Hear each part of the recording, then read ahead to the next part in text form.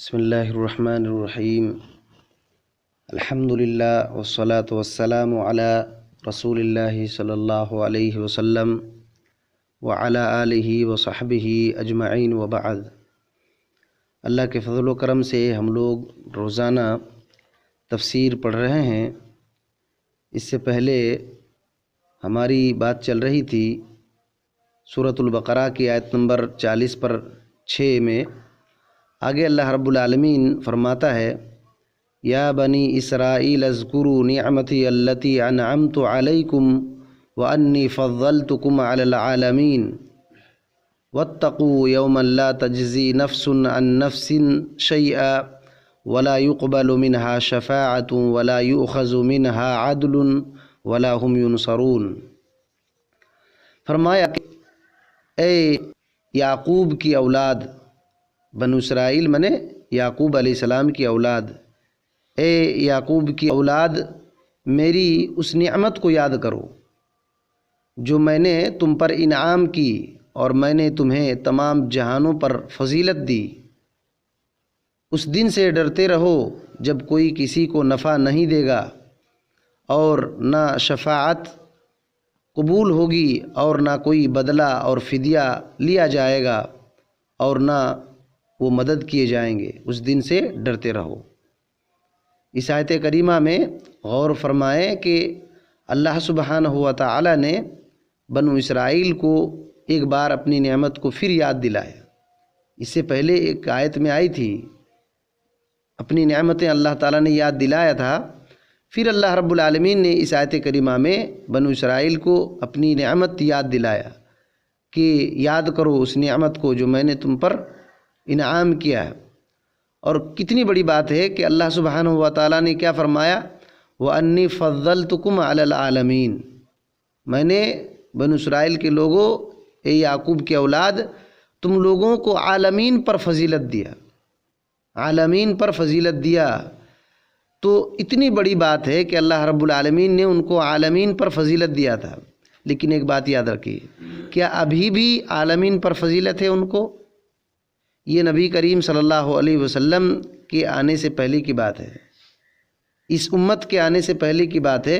اس امت سے پہلے وہ فضیلت کے حقدار تھے، ان کی فضیلت زیادہ تھی، لیکن امت محمدیہ صلی اللہ علیہ وسلم کی فی الوقت ابھی فضیلت ہے، اس کے دلائل بھی موجود ہیں۔ اللہ رب العالمین نے بنو اسرائیل کو بہت ساری نعمتیں دیا تھا، ان کو کتابیں دی، حکومت بھی دیا، ان میں پیغمبر کو بھیجا، اور اللہ رب العالمین نے پاک روزی بھی دیا، منہ سلوہ نازل کیا۔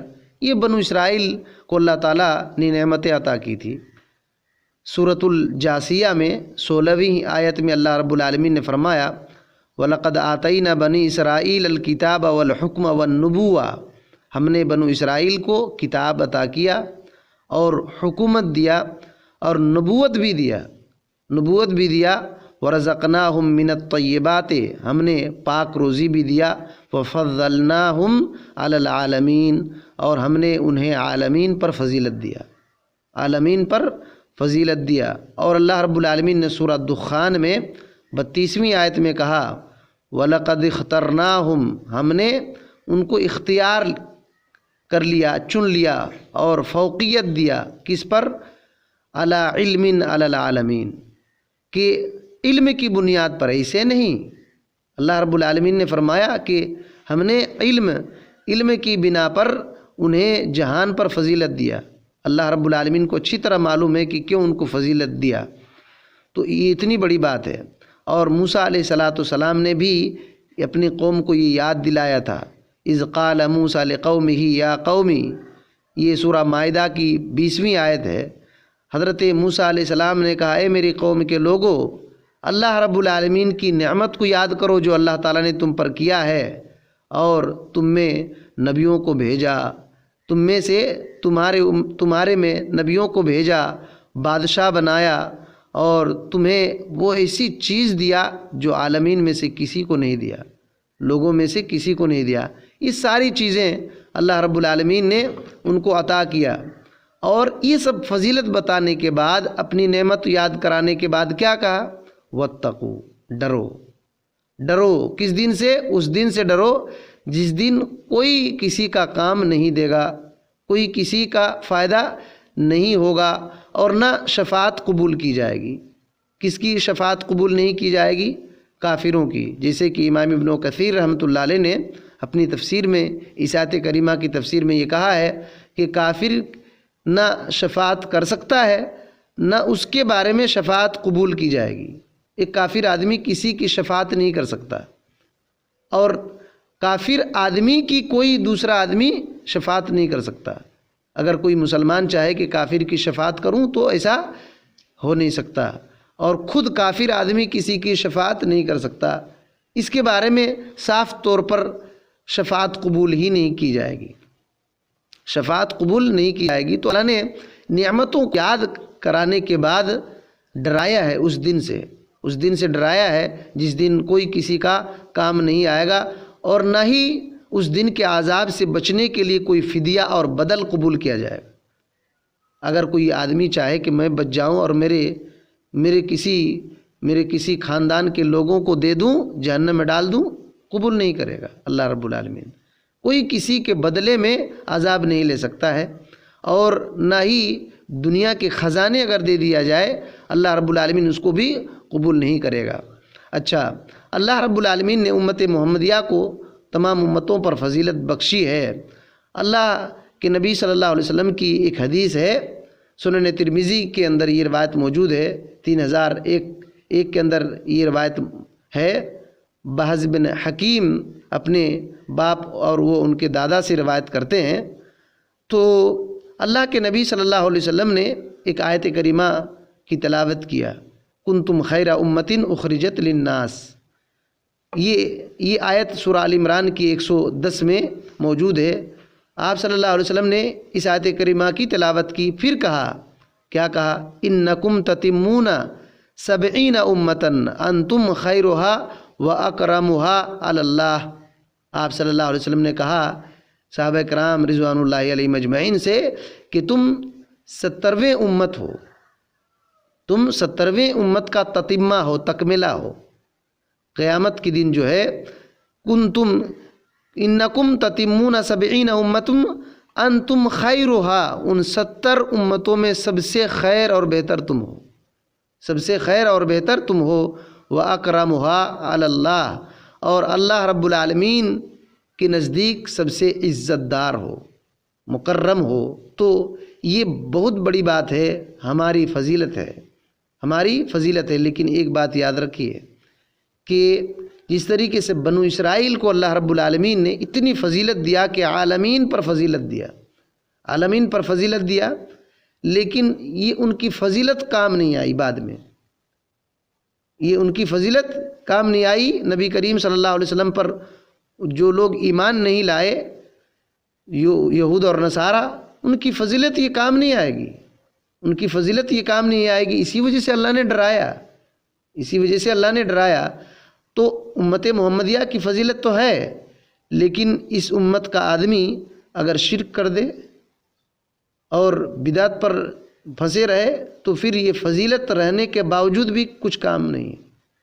تو ایسے کام سے بچنا چاہیے جو اتنی عظیم فضیلت کو ختم کر دے اور چھین لی جائے، یہ فضیلت چھیننے نہ پائے بندے کو، ویسا یہ کرنا چاہیے۔ مسند احمد کی ایک روایت ہے حضرت علی رضی اللہ تعالی عنہ سے کہ نبی صلی اللہ علیہ وسلم نے فرمایا، اوتیت ما لم یؤت احد من الانبیاء، مجھ کو وہ چیزیں دی گئی کہ کسی پیغمبر کو، کسی نبی کو نہیں دی گئی، کسی نبی کو نہیں دی گئی۔ آپ صلی اللہ علیہ وسلم نے کہا، صحابہ کرام نے کہا، یا رسول اللہ ما ہوا، وہ کیا چیزیں ہیں جو آپ کو دی گئی؟ تو آپ صلی اللہ علیہ وسلم نے کہا، نصرت بالرعب، مجھ کو رعب کے ذریعے سے، دبدبا کے ذریعے سے مدد کی گئی، رعب کے ذریعے سے دبدبا کے ساتھ مجھ کو مدد کی گئی۔ وَأُوتِيتُ مَفَاتِحَ الْأَرْضِ، اور مجھ کو زمین کی کنجیاں دی گئی، زمین کی کنجیاں دی گئی۔ وَسُمِّيتُ احمد، اور میرا نام احمد رکھا گیا، میرا نام احمد رکھا گیا۔ وَجُعِلَ التُّرَابُ لِي طَهُورًا، اور میرے لیے زمین کو پاک بنا دیا گیا، پاک بنا دی گئی میرے لیے زمین کو۔ وَجُعِلَتْ امتی خیر الامم، یہ بات ہے۔ آخر میں آپ صلی اللہ علیہ وسلم نے کیا فرمایا کہ میری امت کو تمام امتوں میں سب سے بہتر امت قرار دیا گیا۔ تو یہ فضیلت اب آ گئی کہ امتوں میں بہترین امت محمد الرسول اللہ صلی اللہ علیہ وسلم کی ہے۔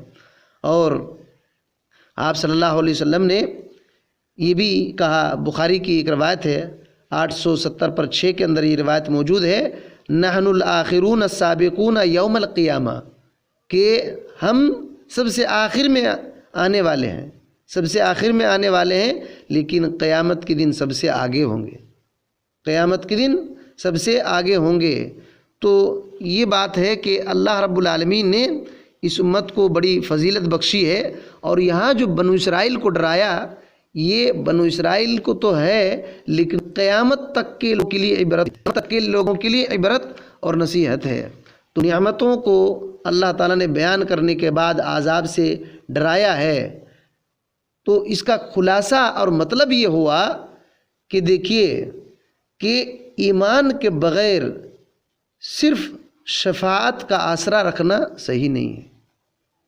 ایمان کے بغیر صرف شفاعت کا آسرا رکھنا یہ صحیح نہیں ہے۔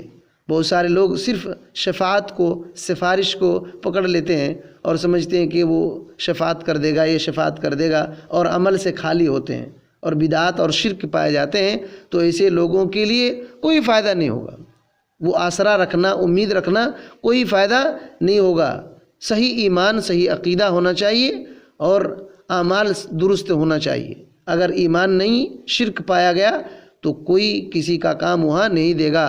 اللہ سبحانہ و تعالیٰ نے سورہ نجم کے اندر آیت نمبر 30/8 میں یہ کہہ دیا ہے، وَلَا تَزِرُ وَازِرَةٌ وِزْرَ أُخْرَىٰ، کوئی کسی کا بوجھ نہیں اٹھائے گا، کوئی کسی کا بوجھ نہیں اٹھائے گا۔